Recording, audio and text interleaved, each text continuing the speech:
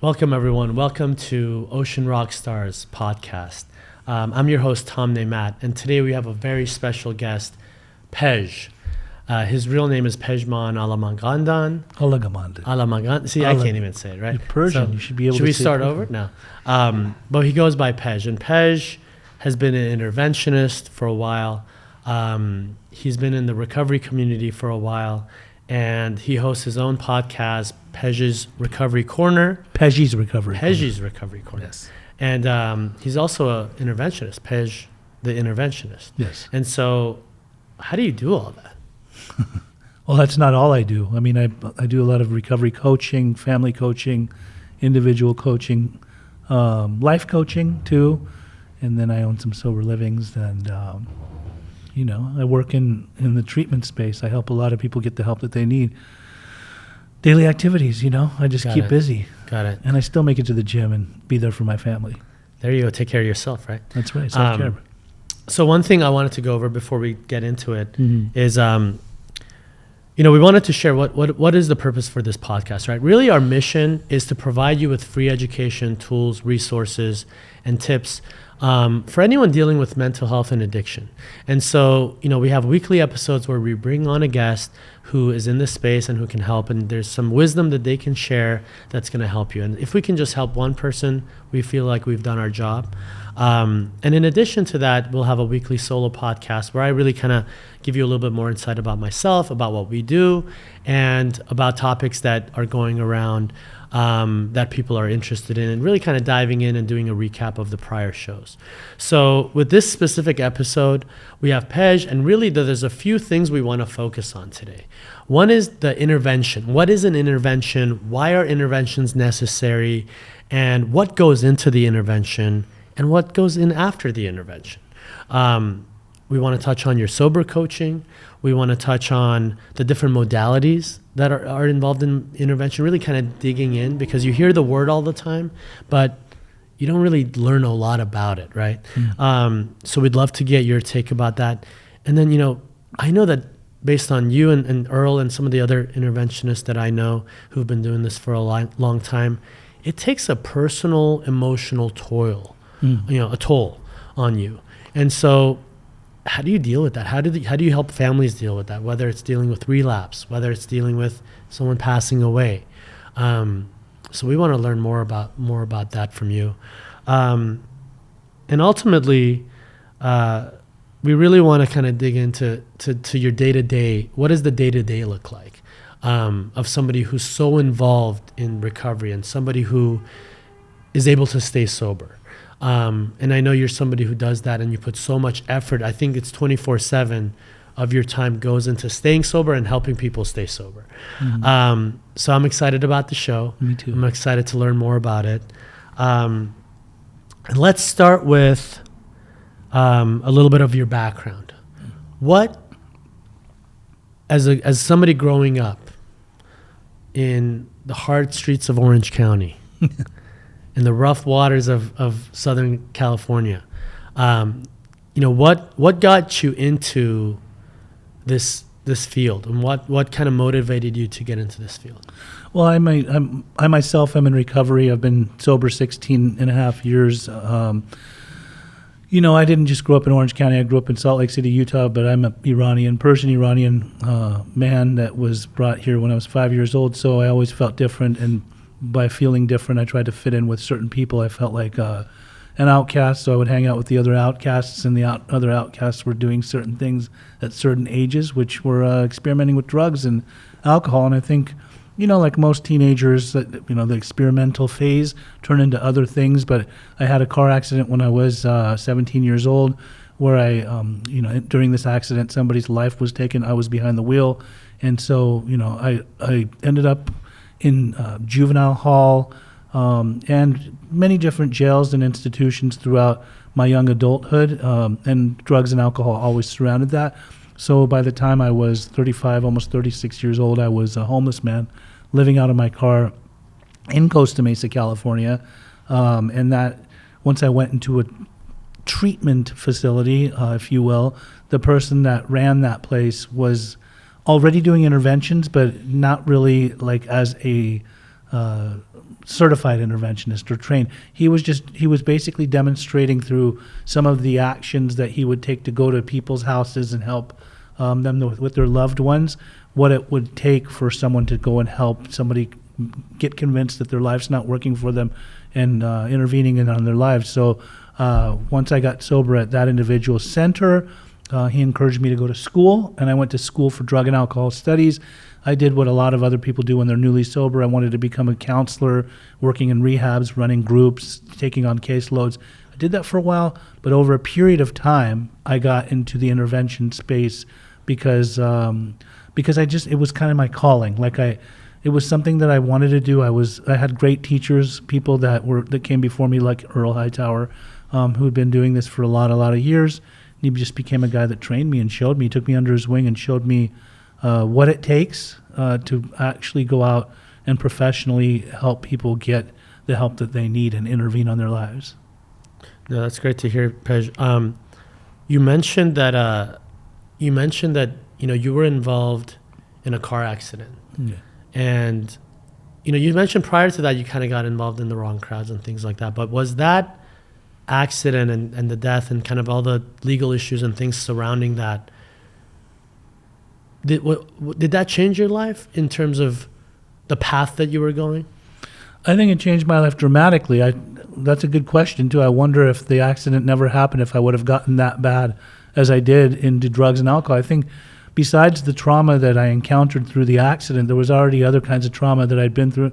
No sexual trauma or anything like that, but mostly like just my upbringing, lots of turmoil within the house, a lot of madness, if you will, like from my father especially. So, that accident definitely shook me. And during that time that I was incarcerated as a result of it, my parents also separated. So there was this, things that were happening in my life that I didn't agree with. Like, we had a very dysfunctional family, but I didn't want the family unit to break apart. And when that happened, I felt a sense of abandonment, most definitely. If I was not at one person's house, like my mom's, I'd go to my dad's, and it was back and forth and things like that. But between the violence, the accident, and all the things that were going on in my life, I found it necessary during those times to numb out and use lots of drugs in excess so I didn't have to feel. Did you at any point during that time, want to take your own life? I think every adolescent definitely contemplates suicide or wonders about, what if I took my life? Would anybody care? The thoughts definitely crossed my mind. I never actually went through any type of a suicide plan. However, when I got into deep drugs, I do now view that time, especially because of the types of drugs that I was using, as a slow suicide. Like, basically, right. I was reckless, right? Just slowly killing myself. On my way to death. Right. And I mean, what kind of drugs were you using back then? When was it? What decade was this? Late 80s and 90s for sure. Okay. 90s was more of a time when, the drug scene wasn't what it was these days. These days, what you see is, back then we didn't have friends that were overdosing and dying from fentanyl within 5 seconds. We were doing love drugs. We were doing ecstasy, designer drugs. We were going to nightclubs. We were going to raves. That was the scene back then.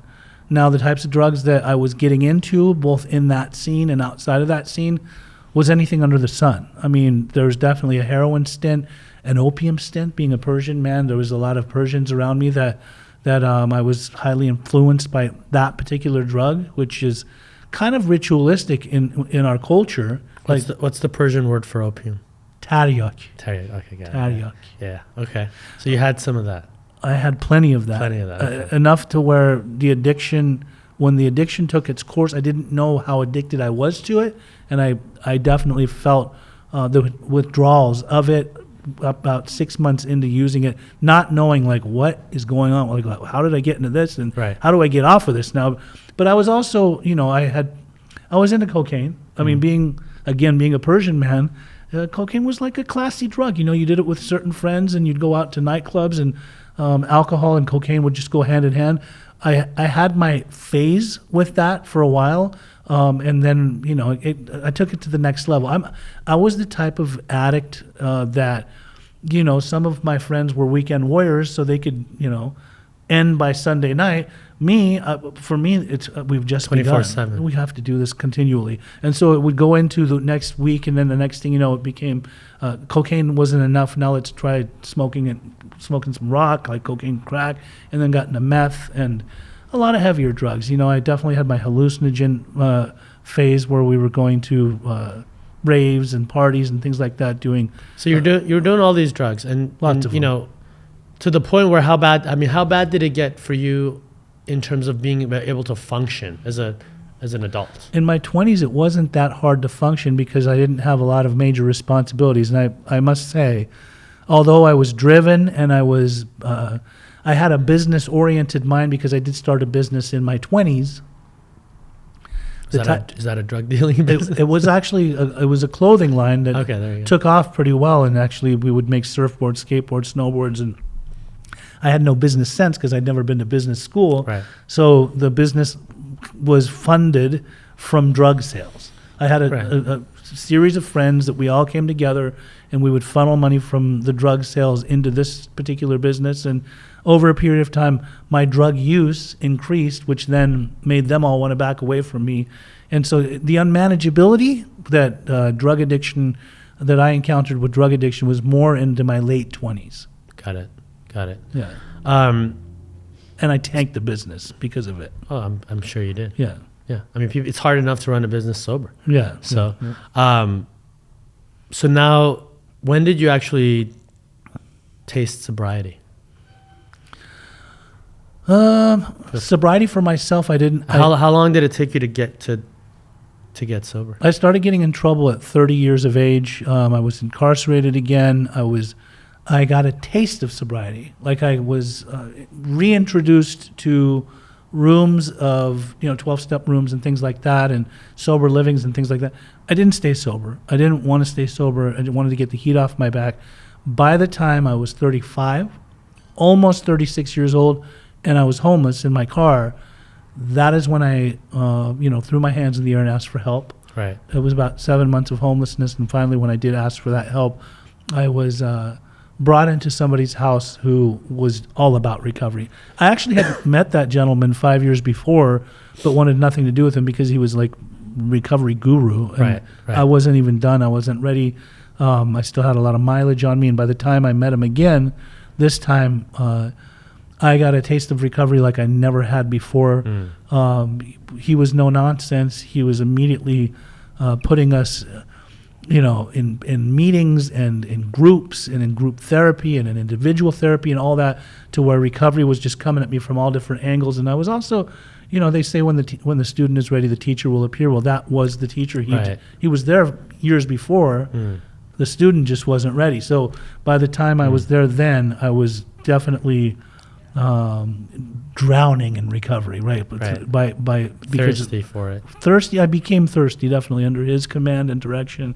That man showed me recovery like no other. Right. And I mean, I think you hit the nail on the head that what we see, right? What we see is clients come in who either they come in because they want to come in, or a lot of times the family, wants them to come in to get better. Mm-hmm. And some of them are at the point where you are, which is, hey, I'm willing to surrender and I'm willing to do what it takes.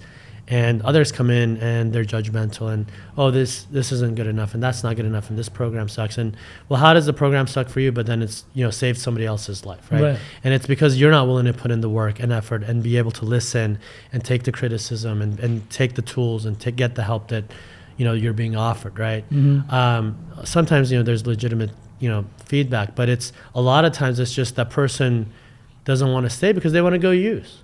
They're not ready. They're not ready to get sober, or they're not ready to do the work to deal with their deep emotional trauma and mental health issues. And they think, okay, just give me something and numb me out. But you can't go from one medication to the other, right? Like there's definitely medications that are going to help you in your path to sobriety and your path to mental health, to overcome mental health disease. And that's a component of treatment, but that willingness and that readiness and that effort and the commitment and that willpower that comes from within is also part of it, right? And I think that's the big thing we've seen is everyone used to think, well, it's just willpower.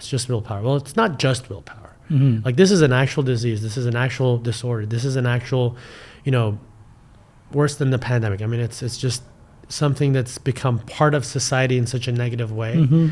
But it's an ongoing epidemic. It's an ongoing and epidemic. it's not going to end. And it's not going to end. And it's, I feel like there's a lot of, reasons why it's becoming worse, right? And so that's what we're here for, is to try to help people to get better. And learning from your story, I think, can help people, right? And I think, you just said at 35, for example, I was ready because I was sitting in my car homeless 8 months later, right? Now, you could have been ready 5 years ago if you had just made that decision. You don't necessarily have to be homeless in a car 8 months to get there, right? And I think that's the challenging part, is how do you work with families and individuals to get them ready before they're rock bottom, right?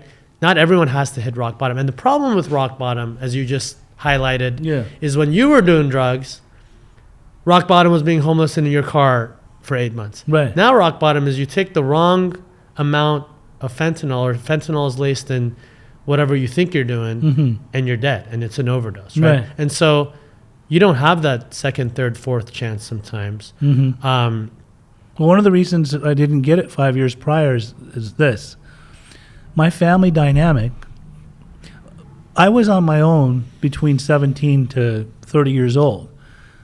I started creating wreckage for myself that was catching up to me to where I needed to have somebody take care of me. So I moved back in with my mom between 30 and 34. And she wasn't educated at that time. A Persian mother never wants to think that her son is a full-blown drug addict. Right. It's one of those things. I think a lot of parents, but yeah, especially in our culture. Especially in our culture, it's a hush-hush thing. Like, no, the neighbors can't find out. Our extended family can't find out. Our friends can certainly not find out. Right. We got to, hide this, like put it under the rug and make sure. So at the time, and I could pull the wool over her eyes a lot because I knew that that's her outlook and her mentality. So she's not going to. I wasn't one of these kids that openly admits to my mom. She didn't want to believe it, and so if you could give her information that could dispel that, and oh no, it's just this, it's this thing. There's some kids that openly tell their mom, "I do drugs." I would never do that. So what would you say? Anything she ever found, any kind of clue or hint, I would always somehow work my way around and say, no, that's not so. That's not mine, from before. that's someone else's. It's probably from a long time ago, this, that. Right. And I'd tell her what she wants to hear so she could believe it and then just dismiss, because she doesn't want to think that. Right. But by the time I was, the reason I was ready at 35, 36 is because my mom had been educated by somebody who obviously intervened on her before they intervened on me, which then enabled her to intervene on me, right? She didn't need to have an interventionist come in per se, because she was armed with facts about herself and armed with the facts of what she needs to do and say to me to give me an ultimatum. Some people don't like the word ultimatum. It needed to happen. She needed to give me a choice. Either you go get help now or you get out of my life. We call that, draw a line in the sand. Right. We had Dr. Bolton on a few episodes ago, and he was talking about, he's a Newport Harbor principal, right? And a school here in Newport Beach, California. And, he was talking about, you got to know everything about your kids. Follow their cell phones, know about their social media, follow them on Instagram, follow them on social media, know who their friends are, know where they're at, know what their activities are. Draw a line in the sand. I mean, are you their friend? Which, you can be their friend, but you're also their mentor. Yeah. You're also their parent. And so you have to understand those roles. And I think so that's what you're talking about when your mom got that education. Yeah, she was educated finally.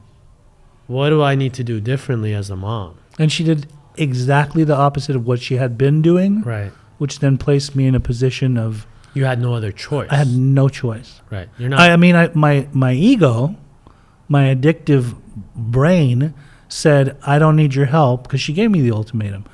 I'm going to go do this on my own. And I tried to do it as a homeless man for a little while, a few months, which I wasn't...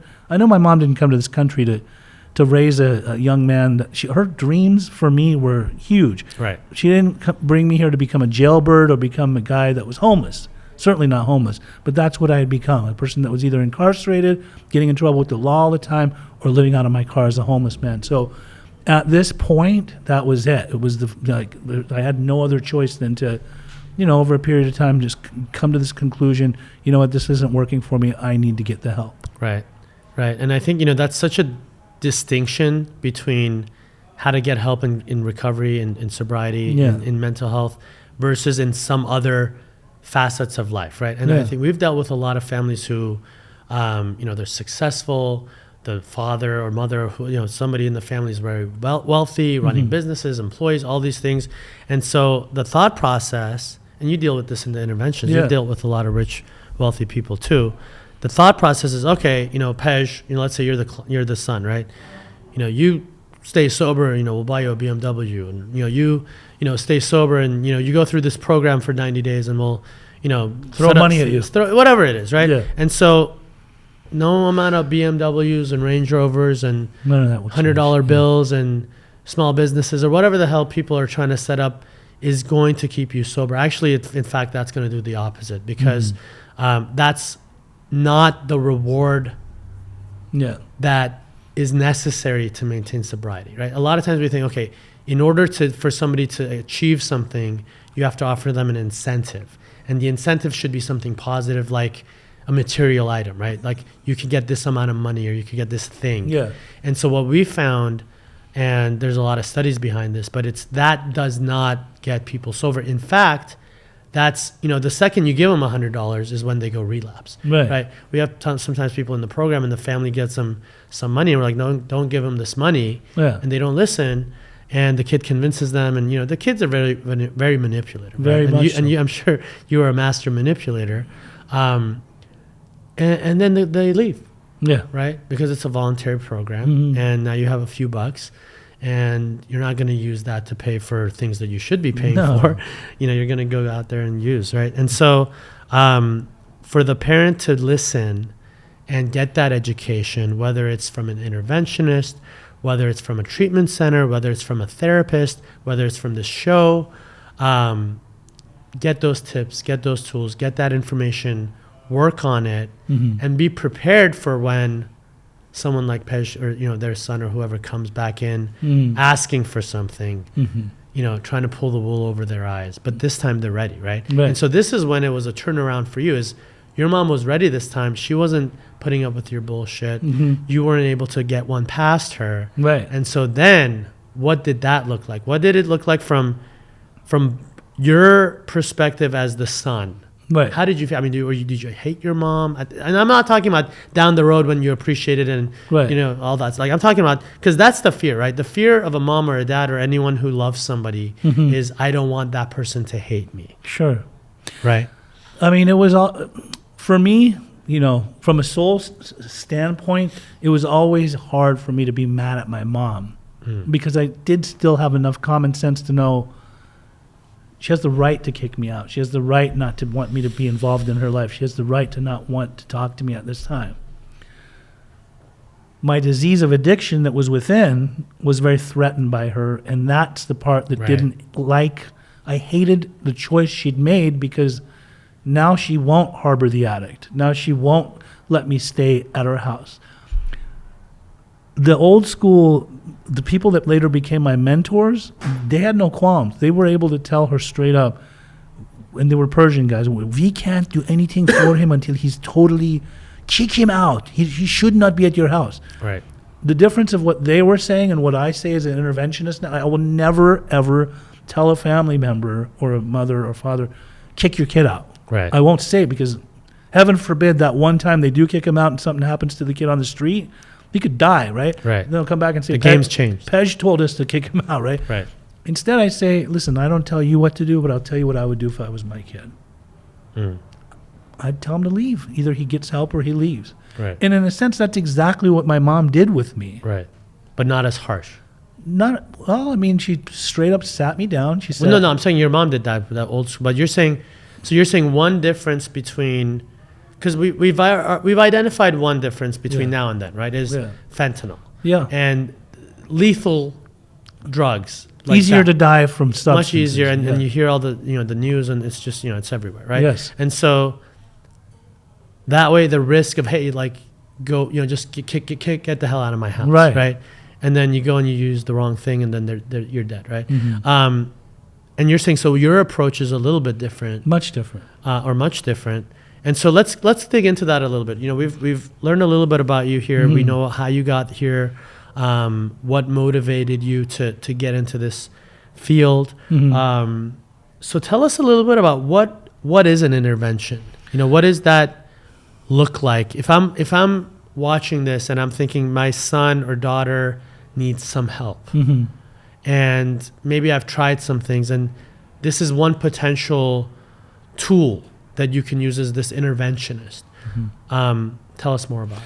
Well, I mean, what is an intervention? An intervention lives up to its name. It's intervention. You're intervening, right, on somebody's life. I mean, you know, a lot of people have watched the A&E show Intervention, right? Right. And a lot of times you see a certain modality on there. Usually it's the Johnson model, and that's what I was actually first trained in under the direction of Earl Hightower. Ed Storty teaches the Johnson model. A lot of the old school interventionists, they really like writing the letters, having family members get together in a pre-intervention, kind of getting the scenario of what's going on in the IP, which is the indicated patient, right? Like what's going on in their life. And then coming together and finding the right members that should be a part of this thing, and filtering out the ones that might screw up the whole process in a nice way, like just saying, hey, maybe we should have less people in this intervention than this entire family, right? But making sure that the letters are written in a certain systematic fashion, and then sitting down with the individual when the time comes and going over that. Now, I don't always, I love the Johnson model, but it depends on the case. It depends on the individual. And sometimes I don't think the Johnson model will be effective. There's other modalities that I've now been trained in and have actually used, and it worked a lot better. One of them is an invitational. The other one is motivational. There's different styles of intervention. Sometimes as an interventionist, I have to be brought in as a person that is not known as the professional interventionist, that is actually a person that is known as a person that once had addiction problems and is here to try to help, because that's what I do now, is I help people with addiction, right? Right. I do a lot of videography. I do a lot of stuff for my own intervention brand. So sometimes if I'm brought in to help somebody's young one, we go out, and the person's an active addict. We might go out somewhere to go look at homeless people that are in active addiction, and this person thinks that we're just going to go film them, which we are, but the person doesn't yet know that I'm actually here to try to help you change your life. So there's different modalities, and I think, everything is specific to, based off of the judgment that I could make just hearing about a case or getting to know family members, I get to choose which modality to use. Okay, so that's a collaborative experience with the family and getting the information, and then based on that, what approach makes sense. For Gathering that specific information always comes situation. first. Yes. Got it. Got it. And then why is intervention even necessary? Like what are some situations where it's necessary? Intervention becomes necessary. A lot of families that may have a loved one that's suffering will attempt to do an intervention on their own without knowing that they're doing an intervention. They will, maybe they'll talk to a psychologist or an attorney or somebody, and somebody instructs them that you need to intervene on their life as a family. So a lot of families will attempt to do an intervention on their loved one, but it may be a failed experience, or it may be several failed experiences.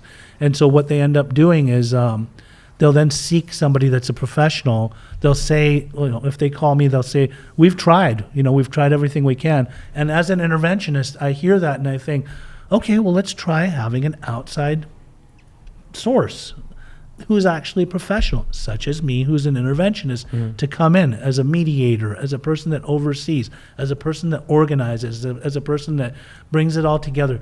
Information gathering, do a pre-intervention with the family, make sure that we know who's going to be in it, who needs to be in it, who doesn't need to be in it, and then actually going in and doing the intervention on the individual, right? So it's necessary because a lot of times an active addict or alcoholic will not respond well to their own family members because it's the family dynamic that, in a sense, got them sick in the first place.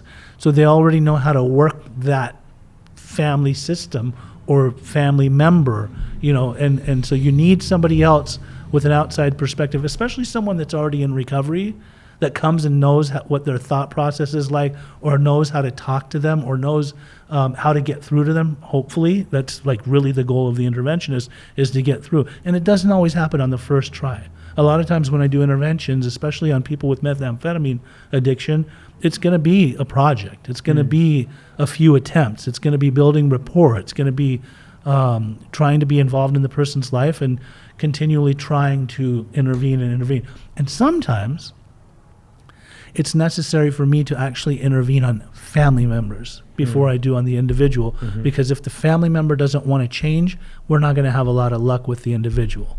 Got it. You got to start there. Sometimes, yeah. To make sure they're ready for it, right? What age range do you work with? Adolescents, adults, young adults? Many ages. Majority are young adults, all the way up to older adults. Okay. I've intervened on many different types of people: straight alcoholics, fentanyl addicts, lots of meth cases. A lot of other interventionists in the field turn to me or send me a lot of the meth cases because they don't want to deal with it, because they don't think they can help them. They're not going to be effective. They're not going to be able to get through to a meth user, but they know Pej used to be a meth user. I was a meth user for 16 years out of the 18 years that I was using. So you're the method man?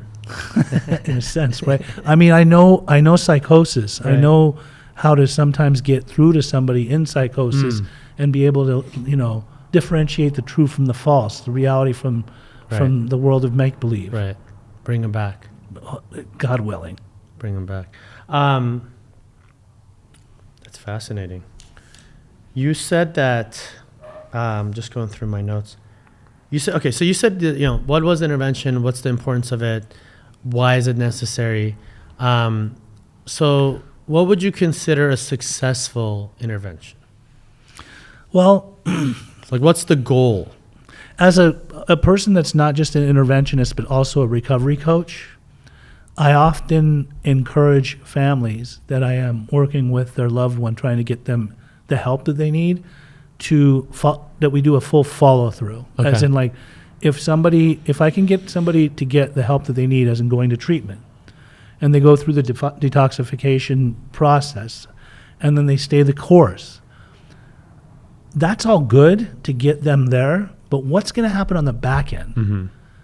Success to me is if the person gets recovery and the recovery becomes their number one focus in life, and that's what they want to keep doing. Right. Most of the success stories that I worked with or continue to work with are sometimes ongoing, where there is recovery coaching that's necessary in the process. I mean, there's one individual that stands out to me just last year. Last year I had some wonderful interventions, but there was one that was out in Nebraska. The family found me through Earl, actually. The individual hated my guts on day one, but within 1 hour, I connected with him when I separated him from the family. And when I took him, I said, can we just talk alone? Once we started talking there, a relationship started to evolve. And then he and I stayed in contact. I brought him to treatment, put him in treatment, checked on him. He then himself hired me as a recovery coach, and we continue to work together. I've never seen someone excel and do so well in the recovery process as this individual. He stands out to me because he's really about this way of life. And I see him doing big things. He is coachable and teachable. It reminds me a lot of myself when I was new and needing people to direct me in the right direction. And I don't see him being in relapse mode or really screwing it all up, because he's really, really bought in. And he was a person that couldn't stay sober for the life of him. He had been to countless treatment centers before, but this time he needed some guidance. At first he needed somebody to hold his hand, but now he just needs someone to be alongside him, shoulder to shoulder. That's a success story. That's what I would consider somebody that's successful on their journey of recovery. Right. So it's, that's the follow through, the follow up, the aftercare. What do you do after you do the program? Exactly. And just because what happens when you go to treatment, right, is this assuming that you're willing to participate, right, and you're not just going to leave. Yeah. But as long as you're willing to do at least some of the work and just stick it out, right? And I think a lot of that is just I want to leave for this reason or that reason. As long as you just convince yourself I'm going to stay, and you start listening to your therapist, and you start listening to your case manager, and you start paying attention in groups to what other people are saying and what did they go through, and become more empathetic and not just about yourself. Because when you're doing drugs and you're coming into treatment, it's all about you, right? Yeah. And so when you give up that surrender, a fire lights up, right? A fire lights up within you. And I think the beauty of what you're saying is that you work with them afterwards to keep that flame alive, right? Absolutely. And because like for you, okay, so this is what I wanted to talk to you about is, how do you stay sober every day, right? Like, is it something that you do once a week? Is it something that you do every day? Is it 24/7? You know, what are the steps in your life, day to day, week to week, month to month, year to year, that keep you sober? Well, you know, a lot of people say that they need certain things to be able to stay sober. I'm at a point in my sobriety where I'm not struggling to stay sober. The secret sauce, the key to my success, and what I try to teach people even when I coach them, is to abolish any kind of negative self-talk, positive affirmations, plug into higher source, God. Some would call it God. Some would call it whatever they want to call it. Higher power. And be of service. That is the secret sauce to good recovery. What does that mean? Be of service means to be of maximum service to other people. The more that I think about others, the less I'm self-consumed and thinking about me. The more I listen to others, the more I learn about me. Right. So on a daily basis, you know, when I wake up in the top of the morning, I try to plug into the higher source through meditation, listening for intuitive thoughts, and just quieting my mind, that soundness of mind. And then also, you know, through prayer and things like that, I ask God, what would you like for me today? You know, and the more that I'm plugging into that and then looking for what God puts in store, it never fails. All throughout my day, I'll get phones on a national, international level, phone calls, WhatsApp messages. People find me in my, you know, a lot of my online social media platforms, and they'll tell me, like, I'm struggling, what should I do, this, that, and it keeps me busy. It keeps me so busy that there's no time for me to sit and ponder and wonder, my life sucks, I think I need to get high today. No, I'm of usefulness. I know my purpose. I have this calling to help people, so I'm on fire for recovery. A lot of people in recovery talk about the pink cloud. I had this era in the beginning of my recovery where I was on this pink cloud. Personally, I think that when you actually work through your recovery process and have the spiritual awakening, the pink cloud never diminishes. It doesn't go away. Depending on the person. What's the pink cloud? Pink cloud is how do you describe that? It's like you're on top of the world. Like you love your life. You really love everything about your life. Is it because you were such in despair and now there's hope? Yeah, exactly. The realizations, the self-discovery, the fact that you are lovable, the fact that you can love, that you can radiate love, that you are present, that you can show up for your family, that you can show up for your friends, that people turn to you, that you're not just an advice giver, but you're actually like living a good life, and the advice that you're giving or the recommendations or the suggestions are powerful, and they're good because they've worked for you in your life. And so then you're giving that to other people. That's how I can be of service to other people. When I coach, or when I'm even mentoring, or when I'm a spiritual advisor in a certain 12-step fellowship, I'm pretty much doing everything that was taught to me for the people that come into my path, and then I watch them do it with others, and you kind of see this butterfly effect, and it's the secret sauce. It's the key to life. I mean, if you really look at the people that have been on earth that have done the most service work, Jesus Christ was one of them, a straight up mystic, right? You see Mother Teresa, you see the Dalai Lama. These people have devoted their lives to being of service of others, which I don't really think that they get depressed. I don't think that they're like sad or anxiety ridden, because they know their purpose on a daily basis. They go out in the world and they put good energy into the world. That's what it's all about to me. Right. No, that's fascinating. And I think just the passion you have, people see it, right? And so I think that's, Pej is one of these guys who, you either like Pej or you don't like Pej. Okay. Let's be honest. And I think a lot of people who actually know Pej like Pej, right? I don't know anyone who knows Pej and doesn't like Pej. I think people who don't know him or maybe, think there's, have this ideology about him. Well, this guy, he's sober livings and he's an interventionist. He's doing all these things. And it's like, well, there's a reason why you're doing all these things. And that's what you've been talking about today is because, you're passionate about it.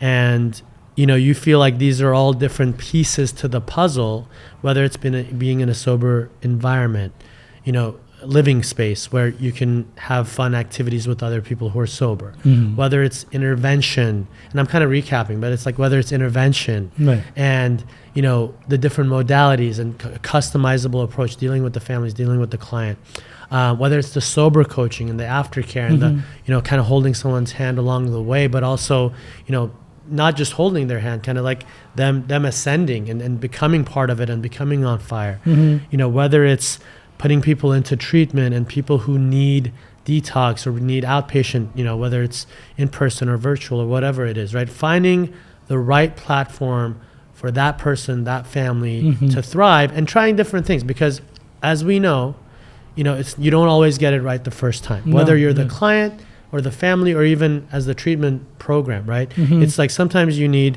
to try different things and different things will work for different people. And you're involved in all facets of that. So I think that's fascinating. I think your passion is inspiring. Some of the things we learned from you today is just, how important all of these family dynamics are, right? Is, the family involvement. And I think families a lot of times to their, totally empathize with it, but they get to a point where they're fed up. Right. And it's like, I've already spent money and I've already put my time and I've already given my soul and it's like, I've had enough. Yeah. How many more overdoses? Right. And so I think that's the last kind of question / commentary I want to go through with you is both you as somebody who's so invested in someone's recovery and you as somebody who's so in communication with the families, what do you personally go through and what do you see families go through when there is that relapse or even worse, when there is a death and it just didn't work? And whether, it didn't work because of whatever the reason was, how do you personally get through that? Overcome that emotional, kind of just pull. And how do you help families get over that? Not get over, because I think you can't get over that, but how do you work through it? How do you help them work through it, cope with it, and be able to continue because they might have other kids, they have other responsibilities, and I think it's the family members who can work through it, who ultimately can be there for their other people who need them and depend on them, versus completely checking out and saying, well, I've had enough. Well, early in my recovery process, when I started going to school to become a professional working in the field of addiction and alcoholism, I knew that I'm probably going to see some things that are eye-opening and sometimes could be painful for people such as myself. So I put on these empath wings and I would take on people's emotions a lot, whether it was the addict that was in active addiction or alcoholic or the chronic relapser or the parents and how they would feel. And a lot of times when I would take on people's emotions, it was sometimes draining. And then it became such a common thing to see so many different people relapsing and see so many overdoses and see so many deaths and bury so many people that I kind of feel like about 5 years ago, I started kind of becoming desensitized to, at some point I was like, it was no surprise anymore. Anytime we'd hear about somebody that died, if they were young, it certainly wasn't because they drank themselves to death. It's usually because it stems right back to fentanyl, right? Right. So fentanyl's killing all these people. And for a while, I was almost convincing myself that I don't even care anymore. Like, it's just what it happens. Like, I just have There's nothing I can do. There's nothing I can do. I just have a mission. I'm on a mission to try to save as many lives as I can. If you want to be on board with this thing, I'm here for you. I'm going to keep trying. I'll never give up on you. But, the next one that dies or the next one that dies, I got to use. But here's the thing. I could try to neglect the thought of me shedding my empath wings, but truly they're still there, and truly I still care. So especially when it comes to a family member, I have to try to meet them where they're at just as much as I try to meet their loved one where they're at before anything drastic happens. And I got to understand, like, I may not have my own children, my own blood children, that this has got to be the hardest thing for them. So how do you process? Sometimes I can't help them process it. I've had a family that had we were trying to help their son more recently it was about 6 months ago. Their son was murdered. Mm-hmm. And we wouldn't have been surprised if he had overdosed and died because of what he was caught up in, but he was murdered. And after that, I hardly heard from the family anymore. And when I tried to reach out, they didn't want to talk. They didn't want to talk. So, and I understood that for that. Like, I try to put myself in their shoes. I probably wouldn't want to talk to anybody either at the time. But in reality, like, if I know that there's families that are suffering or struggling or have lost a loved one, I do try to plug them into grief groups. There's a lot of mothers that I know that have started some groups that actually bring families in that are going through it, and I will introduce them. That's that. And a lot of times I do my best not to take on people's emotions, but it's okay to share my emotions with them and let them know that they're loved and that I care about them. And sometimes I also try to encourage them, although that you've lost your loved one, perhaps you could be a voice for people that are distraught or don't know what to do, or people that just recently lost a loved one too, and you can be there as a person that's a support system, if you will. Yeah, no, that's huge, and just help the next person. Yeah. No, I appreciate that, and I think those wings come in handy. I've seen you fly a few times. So Pej, I really enjoyed having you on the show. Appreciate it. I think we learned a lot about you, about what you do, and about how you help people. I think to summarize it is, you help people stay sober one day at a time. You save lives one life at a time. And, we appreciate that. And I think that if anyone needs your services or your help, we mentioned Pej Interventions, Pej Recovery Corner. You're on YouTube, Instagram, Facebook, and, they can find you on those platforms. So, and we'll link to your things as well. Okay. We hope you appreciated and learned from this episode of Ocean Rockstars podcast. Again, I'm your host, Tom Neymat. You can find us on YouTube, Facebook, TikTok, Instagram, LinkedIn. And ultimately, what we would like you to do is, if you want us to help grow our channel and help reach more viewers, if you could subscribe to our YouTube page. You can hear us on Spotify, Apple Podcasts. Subscribe on there. Go to our Instagram, follow us on Instagram. And the more people that are involved and the more people that follow us, the more we can grow and the more we can have great guests like Pej. So thanks again and have a great evening.